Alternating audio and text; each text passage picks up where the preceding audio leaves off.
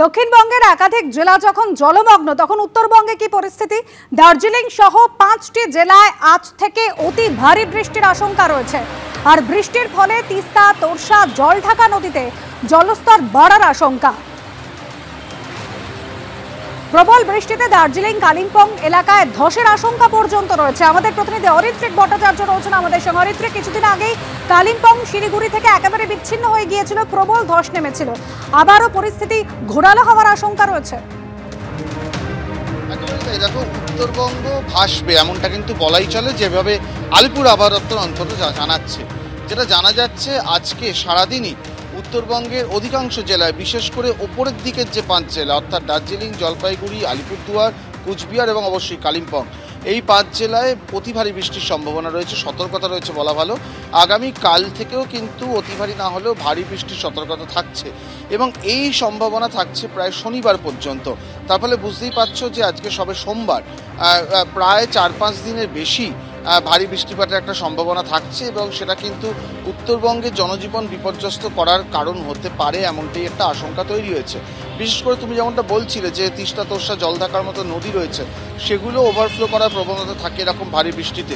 তাছাড়া ধসজনিত সমস্যা হতে পারে, সেটাও একটা বড় সমস্যা হতে পারে এবং সেই জায়গাটাকে সতর্ক থাকার কথা প্রশাসনকে বলা হয়েছে আবহাওয়া দপ্তরের তরফ থেকে। অন্যদিকে দক্ষিণবঙ্গে কিন্তু ধারাবাহিকভাবে বৃষ্টি কমার যে পদ্ধতি, সেটা কিছুটা শুরু হয়েছে। আজকে সারাদিনে বিক্ষিপ্তভাবে কোথাও কোথাও বজ্রবিদ্যুৎ সহ বৃষ্টির সম্ভাবনা থাকবে দক্ষিণবঙ্গের অধিকাংশ জায়গায় এবং তারপরে আগামী কাল এবং পরশু বৃষ্টি আরও একটু কমবে এবং বৃষ্টি যতটা কমবে ততই কিন্তু আর্দ্রতাজনিত অস্বস্তি, ঘামের সমস্যা এগুলো কিন্তু বাড়তে থাকবে। বৃহস্পতিবারের পর থেকে দক্ষিণবঙ্গেও কিছুটা করে বৃষ্টি আবার ধাপে ধাপে বাড়তে পারে, এমন একটা সম্ভাবনা তৈরি হয়েছে। তারপরে দক্ষিণ এবং উত্তরবঙ্গ একেবারেই বৈপরীত্য আবহাওয়া আগামী 3 দিনের জন্য দেখা যাবে। দক্ষিণবঙ্গে বৃষ্টি কমবে এবং বাতাসে জলীয় বাষ্প থাকায় আর্দ্রতাজনিত অস্বস্তি বাড়বে। অন্যদিকে উত্তরবঙ্গে ভারী বৃষ্টির সম্ভাবনা রয়েছে। আমি অবশ্যই ওপরের দিকের 5 জেলার কথা বললাম, বাকি জেলাগুলোতেও কিন্তু অতি ভারী না হলেও আজকেও ভারী বৃষ্টির সম্ভাবনা রয়েছে। সব মিলিয়ে উত্তরবঙ্গে যে বৃষ্টি হবে তা কিছুটা হলেও আশঙ্কা তৈরি করছে, এমনটা কিন্তু বলাই যায়। ধন্যবাদ অরিত্রিক। একটানা বৃষ্টি এবং তার সঙ্গে ডিভিসির ছড়া জল, প্লাবিত আরও 5টি পঞ্চায়েত এলাকা। ছবিটা একবার দেখুন, জলমগ্ন হয়েছে বেশ কয়েকটি গ্রাম, অধিকাংশ রাস্তা এভাবেই ডুবে গিয়েছে এবং এখানেও নৌকো করে চলছে যাতায়াত। যোগাযোগ ব্যবস্থা একেবারে বিচ্ছিন্ন হয়ে গিয়েছে। একের পর এক বাড়ি, অধিকাংশ জায়গায় কিন্তু জল ঢুকে গিয়েছে, একাধিক বাড়িতে স্কুলে ঢুকেছে জল। এভাবেই জল ঠেলে যাতায়াত করতে বাধ্য হচ্ছেন স্থানীয় মানুষ।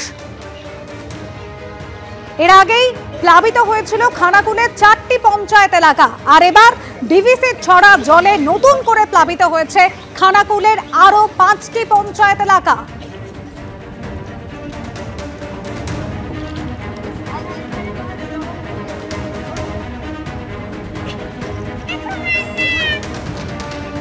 রাস্তাটাকে যে উঁচু করে পিচটা ভালো করে দেয়, মানুষ তবু যাওয়া আসা করতে পারে, কিন্তু তাও হয়নি। এখন তো সরকার পাল্টে গেছে, এমএলএ পাল্টে গেছে, এখানে পরিবর্তনে বিজেপি সরকার, এখানে বিজেপি পঞ্চায়েত, তবু চোখ মিলে চেয়ে দেখে নেয় এদিকের লোক কী খাচ্ছে, কি মানুষ না খাচ্ছে। শুধু আসছে এমএলএ একবার এলো, কিছু দান নিয়ে এলো, নিজেদের লোকের বিলি করে দিয়ে চলে গেল তিরপল দিয়ে, এই তো কাজ ওখানে। সেরকম এমএলএ হলো এখানে ভালো মতো কাজ করতে। স্থানীয় মানুষ তারা অভিযোগ করছেন যে সরকারের বদল হয়েছে কিন্তু পরিস্থিতির কিন্তু কোনো পরিবর্তন হয়নি। প্রত্যেক বছর বর্ষার সময় তাদের এভাবেই দুর্ভোগের শিকার হতে হয়। অধিকাংশ রাস্তা দেখুন জলে ডুবে গিয়েছে, প্রায় বন্ধ করতে বাধ্য হয়েছেন তারা যাতায়াত। কোনো রকমে তারা নৌকো করে একের পর এক জায়গায় কিন্তু যেতে বাধ্য হচ্ছেন, কারণ প্রথমে 5টি পঞ্চায়েত এলাকা, তারপর আরো 4টি পঞ্চায়েত এলাকায় এভাবেই জলমগ্ন অবস্থায় রয়েছে। যোগাযোগ ব্যবস্থা বিচ্ছিন্ন হয়ে গিয়েছে। একই সঙ্গে গ্রামবাসীরা অভিযোগ করছেন ত্রাণ পর্যন্ত মিলছে না।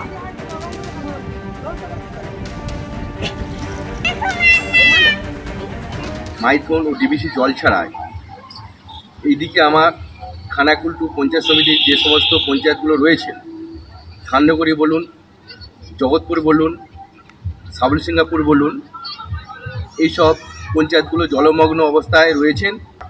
আমাদের সাধ্য মতো যতটা পারি মানুষের কাছে গিয়ে পৌঁছাতে পেরেছি।